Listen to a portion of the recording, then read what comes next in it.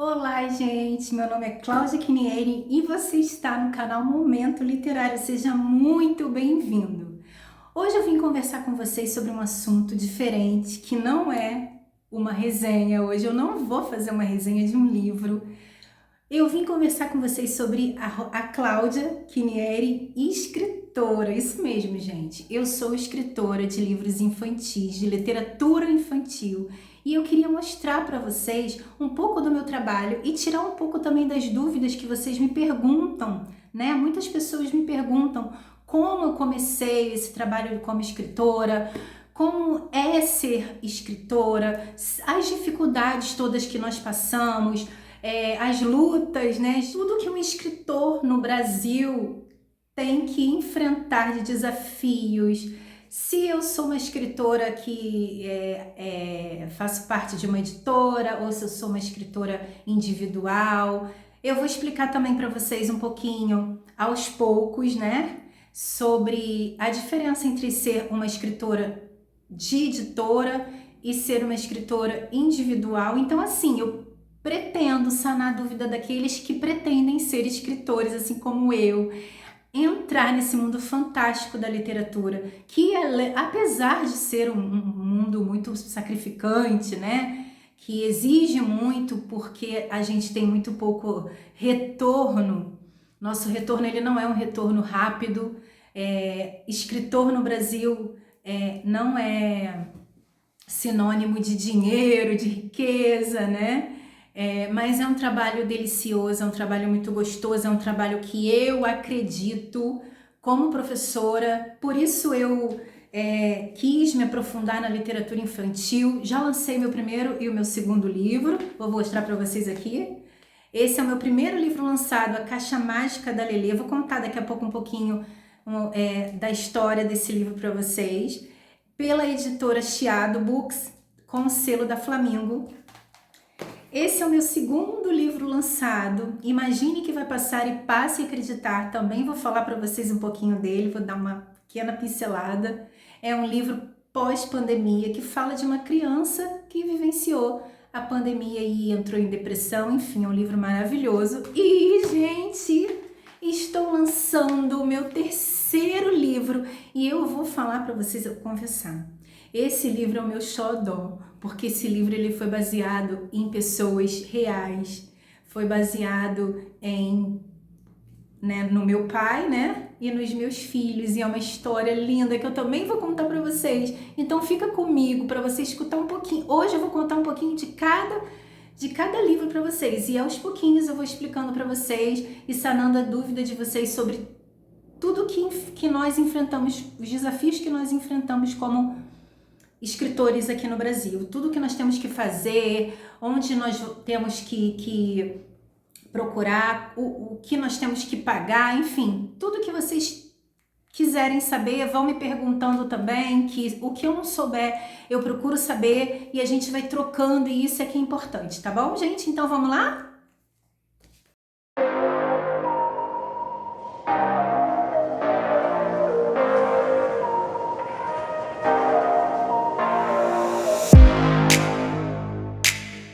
Então, gente, A Caixa Mágica da Lelê conta a história de uma menina de 5 anos aproximadamente, moradora do Vidigal, da comunidade do Vidigal. É uma comunidade que fica aqui no Rio de Janeiro, uma comunidade muito bonita, que fica na Zona Sul. É muito visitada e é conhecida pelo contraste, né, da miséria com a riqueza, porque assim, eu tive a oportunidade de gravar um vídeo lá no Vidigal e eu tive a honra, né, de olhar lá de cima do Mirante do Arvrão e etc, e outros lugares turísticos que nós temos lá, e ver de lá de cima, olhar, né, e ver a miséria do povo que mora ali, e olhar para baixo e ver a orla, né, do Rio de Janeiro, aquela coisa maravilhosa de pessoas com muito dinheiro, riquíssimas. E isso dói um pouquinho na gente, né, porque a gente vê tantas realidades ali naquela comunidade que não combinam nem um pouco com é o que a gente vê lá embaixo, né? Então é o contraste que nós vivemos mesmo socialmente falando. E a Lelê é uma menina pobre, né? Como eu já falei para vocês, mas é uma menina cheia de imaginação. A Lelê, ela não tem brinquedos importados, ela não tem aqueles brinquedos a Barbie, ela não tem brinquedos de controle remoto, ela não pode. A mãe dela é uma empregada doméstica, porém, dentro do quarto dela, ela tem uma caixa simples, que pode ser uma caixa de sacolão, né? Que coloca frutas. E ela coloca dentro daquela caixa tudo que ela brinca. E o que é que a Lelê brinca, né? Uma menina que não tem dinheiro, uma menina que a mãe cria sozinha, ou seja, uma mãe solteira que é diarista, né? Empregada doméstica.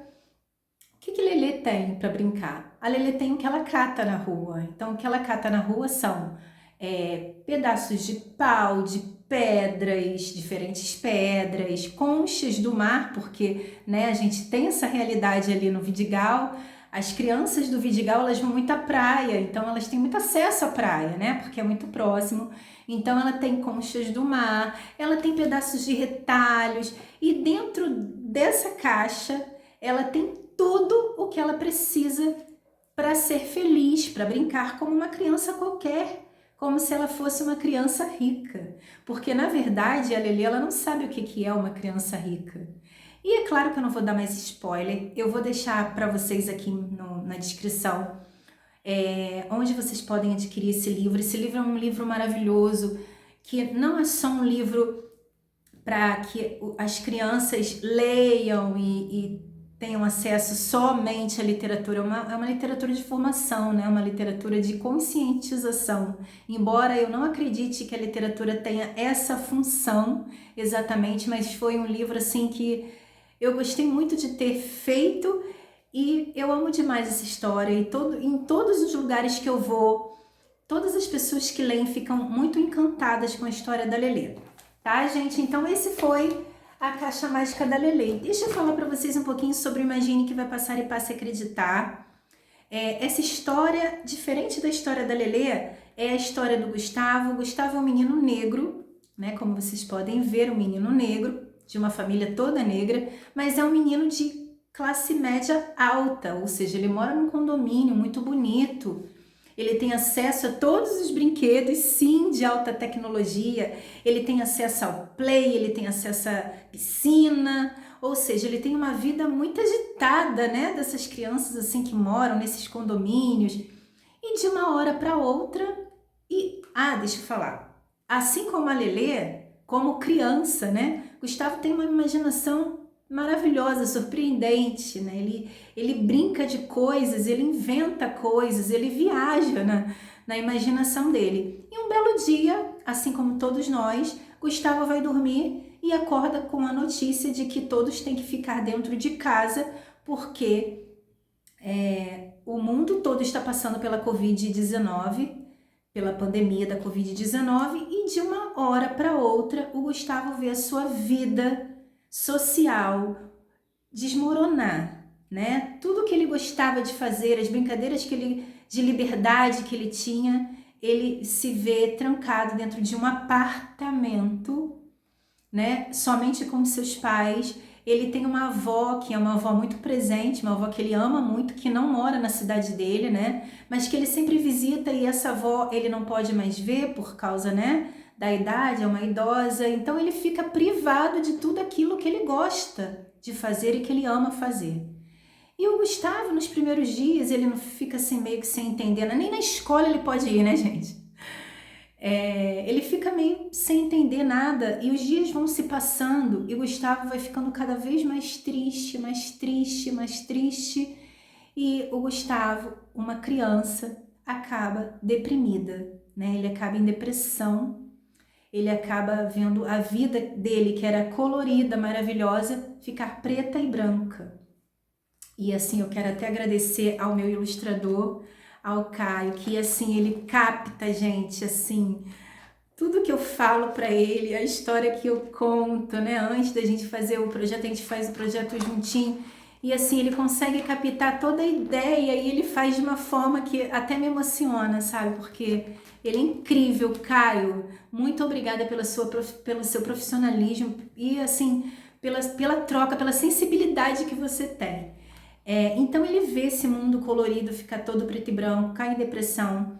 E um belo dia, ele tem uma surpresa inesperada. A campainha da casa dele toca, tem uma caixa na porta dele e dentro dessa caixa, eu não vou contar também pra você, eu não vou dar spoiler, mas olha, gente, imagine que vai passar e passe a acreditar, é uma história de esperança, não só para crianças, mas para todos, sabe? Para todos. E não só para a pandemia, né, que foi real na nossa vida, porque há um tempo atrás, imaginar que nós teríamos uma pandemia era uma fantasia, era algo impossível, né? Mas nós passamos por isso, nós somos sobreviventes disso. Muitas famílias perderam muitas pessoas, muitas famílias tiveram pessoas com depressão e muitas famílias têm, né, crianças que até hoje não se recuperaram, né? Então, assim, imagine que vai passar